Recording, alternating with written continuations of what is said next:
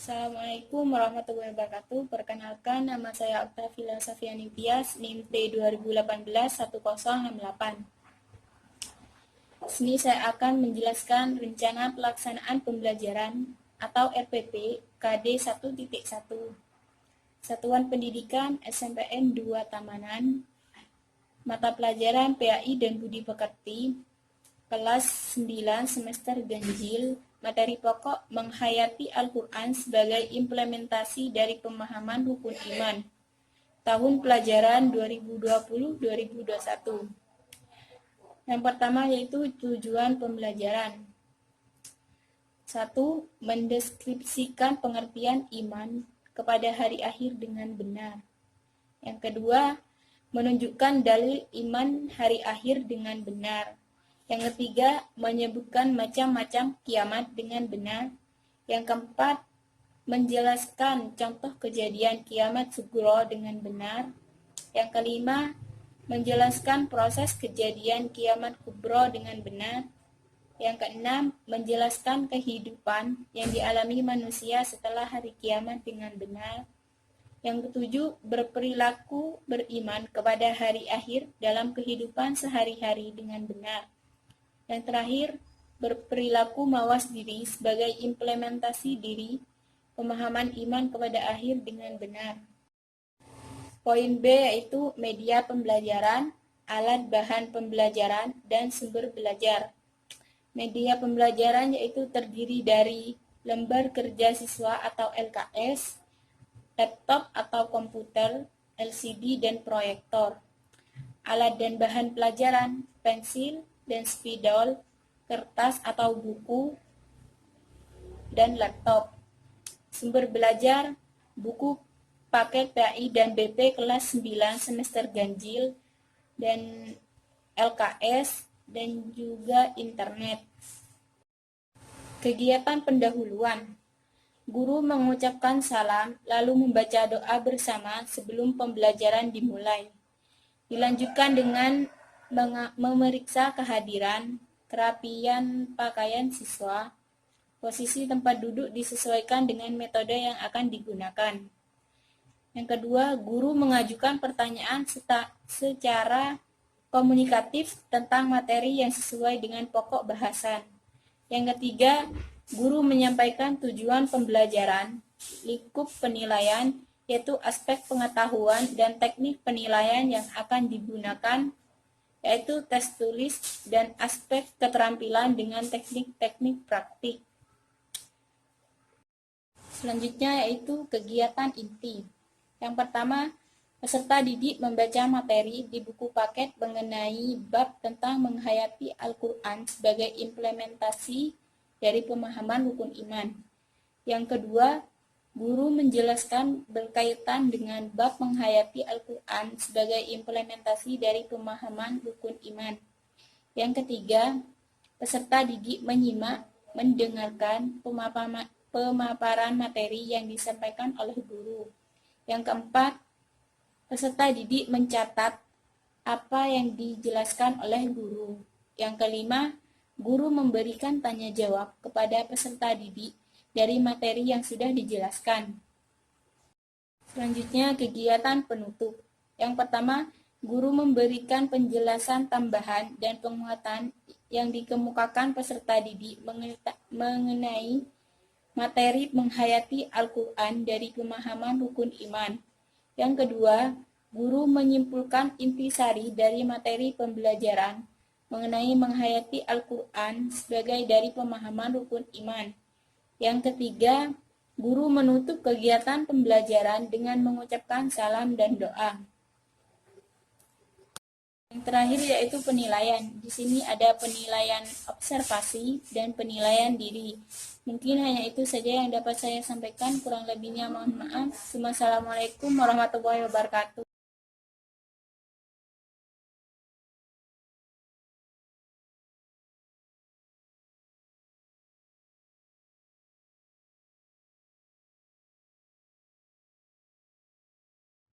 Bismillahirrahmanirrahim. Assalamualaikum warahmatullahi wabarakatuh. Perkenalkan, nama saya Uzlifatul Jannah, NIM T 2018-1065. Di sini saya sedikit akan menjelaskan tentang rancangan pelaksanaan pembelajaran atau bisa disingkat RPP.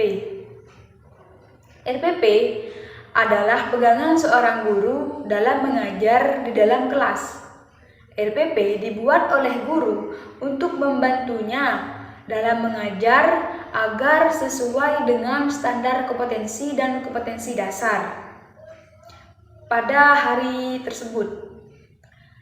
RPP berisi pengaturan yang berkenaan dengan perkiraan atau proyeksi tentang apa yang akan dilakukan pada saat kegiatan belajar mengajar berlangsung.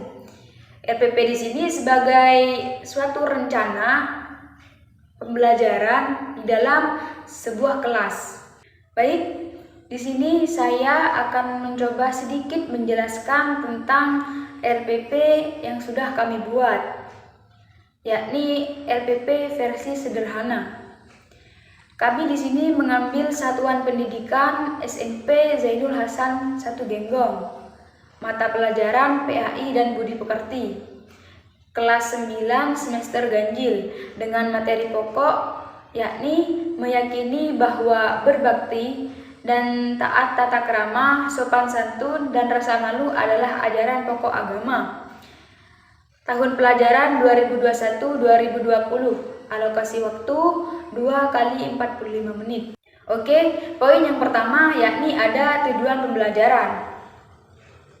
Siswa diharapkan 1. Bisa mendeskripsikan pengertian berbakti, tata krama, sopan santun, dan rasa malu dengan benar. 2. Menyebut dalil nakli tentang santun dan malu dengan benar. 3. Menyajikan contoh perilaku santun sebagai implementasi dari pemahaman Quran Surah Al-Baqarah ayat 83 dan hadis terkait dengan benar. Yang keempat, yakni siswa diharapkan mampu menjelaskan hikmah perilaku santun sebagai implementasi dari pemahaman Quran Surah Al-Baqarah ayat 83 dan hadis terkait dengan benar.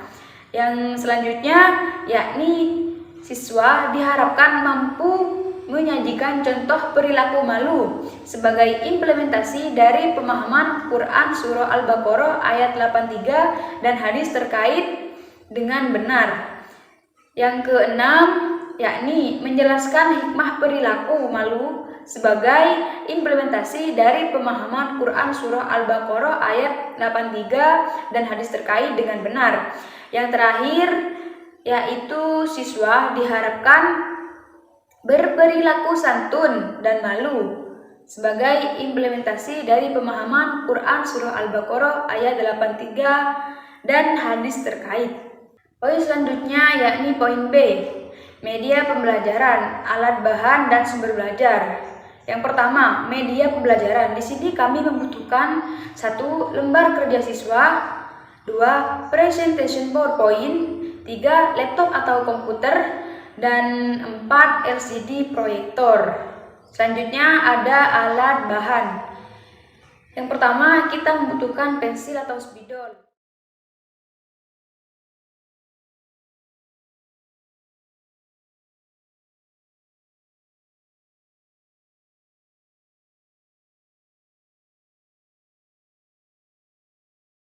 Assalamualaikum warahmatullahi wabarakatuh.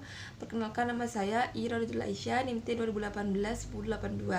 Di sini saya akan menjelaskan tentang kompetensi dasar 1.9 dengan satuan pendidikan di SMPN 1 Lumajang, mata pelajaran PAI dan BP, kelas 9 semester ganjil dengan materi pokok meyakini bahwa ibadah haji dan umroh itu adalah perintah Allah Subhanahu wa taala. Tahun ajaran 2021-2022 dengan alokasi waktu 2 kali 45 menit. Kemudian ada tujuan pembelajaran. Yang pertama, menjelaskan pengertian haji dan umroh itu dengan benar. Yang kedua, menunjukkan dalil haji dan umroh itu dengan benar. Yang ketiga, menjelaskan ketentuan haji dan umroh meliputi syarat wajib, rukun, sunnah, dan larangan haji dan umroh dengan benar. Yang keempat itu menjelaskan hikmah pelaksanaan haji dan umroh dengan benar. Yang kelima, meyakini bahwa ibadah haji ini adalah perintah Allah Subhanahu wa taala. Kemudian media pembelajarannya ada lembar kerja siswa, presentasi PowerPoint, laptop, dan LCD. Kemudian alat dan bahannya ada pensil, buku, dan laptop. Dan sumber belajarnya itu ada buku paket PAI dan BP kelas 9 semester ganjil, lembar kerja siswa, dan internet. Kemudian kegiatan pendahuluan. Yang pertama, guru itu mengucapkan salam lalu berdoa bersama peserta didik sebelum pembelajaran dimulai. Dilanjutkan dengan memeriksa kehadiran, kerapian berpakaian, posisi tempat duduk yang disesuaikan dengan metode yang akan digunakan. Yang kedua, guru itu mengajukan pertanyaan secara komunikatif tentang materi yang sesuai dengan pokok bahasan. Yang ketiga, guru itu menyampaikan tujuan pembelajaran, lingkup penilaian, yaitu aspek pengetahuan dengan teknik penilaian yang akan digunakan, yaitu tes tulis, dan aspek keterampilan dengan teknik praktek. Kemudian kegiatan inti. Yang pertama, peserta didik itu membaca materi di buku paket mengenai bab tentang haji dan umroh. Yang kedua, guru itu menjelaskan materi yang berkaitan dengan bab haji dan umroh. Yang ketiga, peserta didik itu menyimak dan mendengarkan pemaparan materi yang telah disampaikan oleh guru. Yang keempat, peserta didik itu mencatat apa yang dijelaskan oleh guru. Dan yang kelima, guru itu memberikan tanya jawab kepada peserta didik dari materi yang sudah dijelaskan. Kemudian ada kegiatan penutup. Yang pertama, guru itu memberikan penjelasan, tambahan, dan penguatan yang dikemukakan oleh peserta didik mengenai materi haji dan umroh. Yang kedua, guru itu menyimpulkan intisari dari materi pembelajaran mengenai bab haji dan umroh. Yang ketiga, guru itu menutup kegiatan pembelajaran dengan mengucapkan salam dan doa. Kemudian penilaian. Penilaian itu ada penilaian kognitif, afektif, dan psikomotorik. Mungkin hanya itu yang dapat saya sampaikan, kurang lebihnya mohon maaf. Wassalamualaikum warahmatullahi wabarakatuh.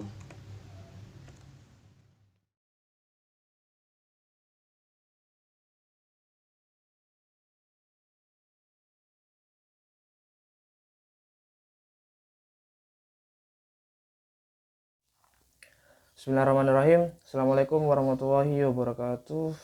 Perkenalkan, nama saya Ahmad Sulaiman Mustafa, NIM T2018-1089. Di sini saya akan melanjutkan penjelasan materi dari pemateri sebelumnya. Saya di sini kebagian tugas tentang kompetensi dasar 1.12, yang mana kompetensi dasar tersebut akan saya paparkan ke dalam rencana pelaksanaan pembelajaran atau RPP yang telah kelompok kami buat. Untuk itu, terlebih dahulu saya akan membacakan komponen-komponen dari RPP tersebut. Yang pertama, satuan pendidikan, yaitu SMP Negeri 1 Panti, dengan mata pelajaran Pendidikan Agama Islam dan Budi Pekerti. Kelas 9 semester ganjil, materinya yaitu Sejarah Perkembangan Islam di Nusantara, tahun pelajaran 2021-2022 dengan alokasi waktu 2 kali 45 menit.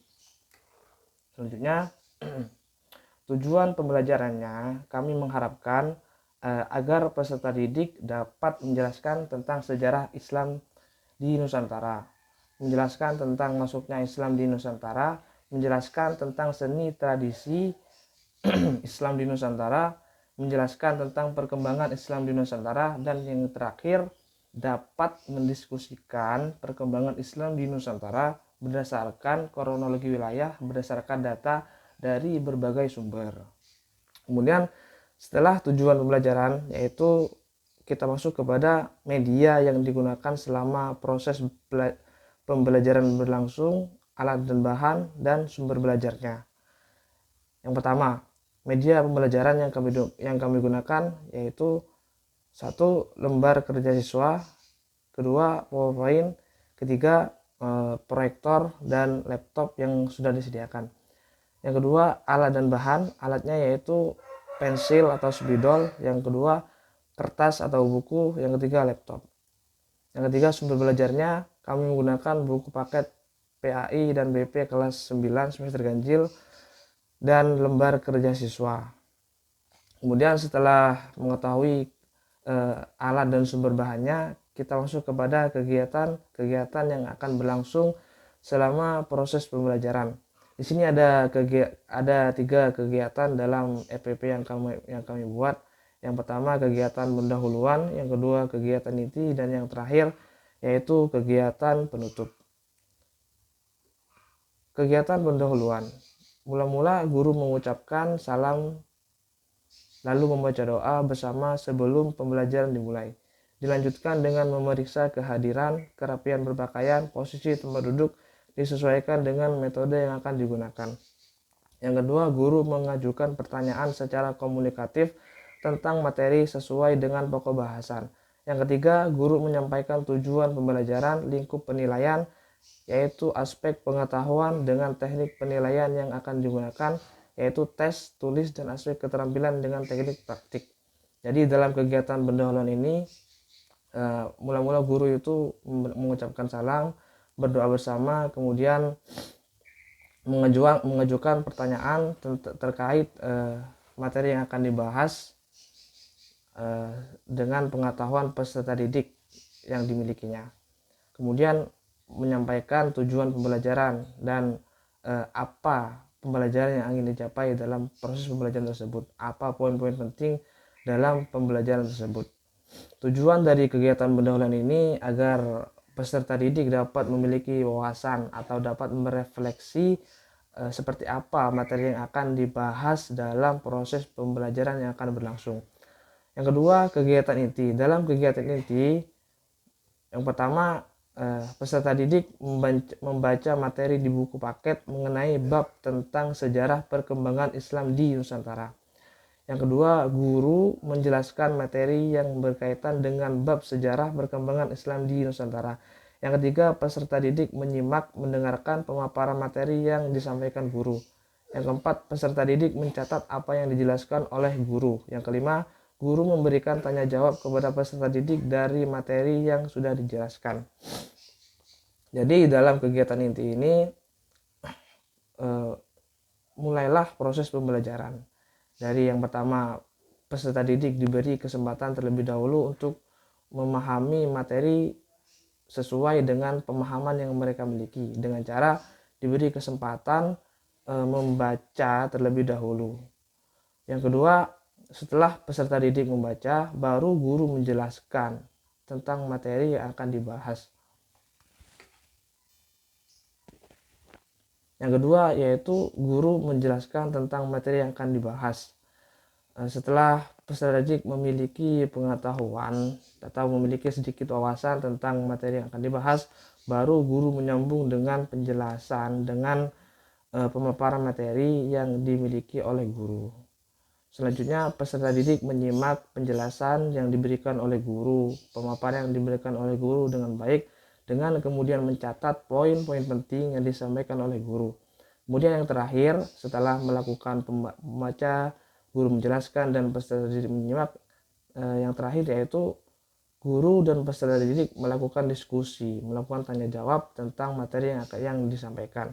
Tujuannya agar terjadi tukar pikiran antara guru dan peserta didik dan terjadi dialektika antara keduanya tentang materi yang akan dibahas, sehingga masalah-masalah baru akan muncul dan ditemukan solusinya bersama, dicari solusinya bersama.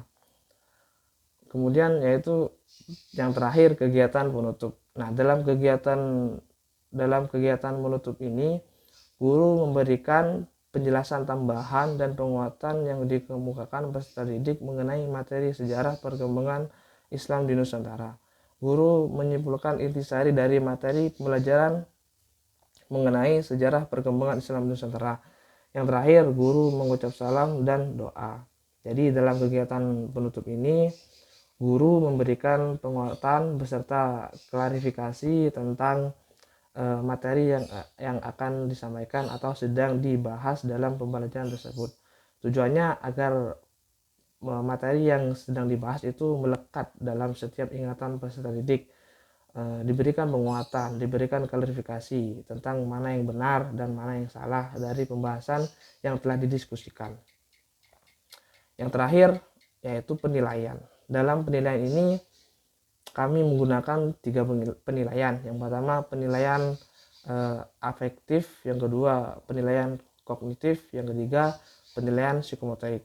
Yang pertama penilaian kognitif atau penilaian pengetahuan. Dalam penilaian pengetahuan ini ada dua penilaian. Yang pertama tes tulis, yang kedua tes lisan. Tes tulis ada dua tes. Yang pertama pilihan ganda atau berupa ABC, yang kedua uraian atau esai. Yang kedua setelah tes tulis yaitu tes lisan. Tes lisan ini biasanya dengan wawancara atau komunikasi antara peserta didik dan guru. Itu teknik penilaian secara kognitif. Yang kedua, teknik penilaian kompetensi sikap atau afektif. Untuk menilai dan mengetahui sikap baik atau buruk peserta didik, maka digunakan penilaian dengan cara melakukan pengamatan terhadap tingkah laku peserta didik selama proses pembelajaran. Yang kedua, wawancara dengan peserta didik atau dengan teman sebayanya. Maka dari itu kita akan mengetahui sikap bagaimana peserta didik itu bersikap di dalam kelas atau berkomunikasi dengan teman sebayanya. Yang ketiga yaitu penilaian kompetensi keterampilan atau psikomotorik. Dilakukan dengan cara unjuk kerja dan produk dan proyek pengamatan. Jadi yang dinilai dalam kompetensi keterampilan atau psikomotorik ini produk yang dihasilkan oleh peserta didik atau hasil yang dikerjakan oleh peserta didik sesuai apa yang diperintahkan oleh guru. Itu saja penyampaian dari saya, kurang lebihnya mohon maaf.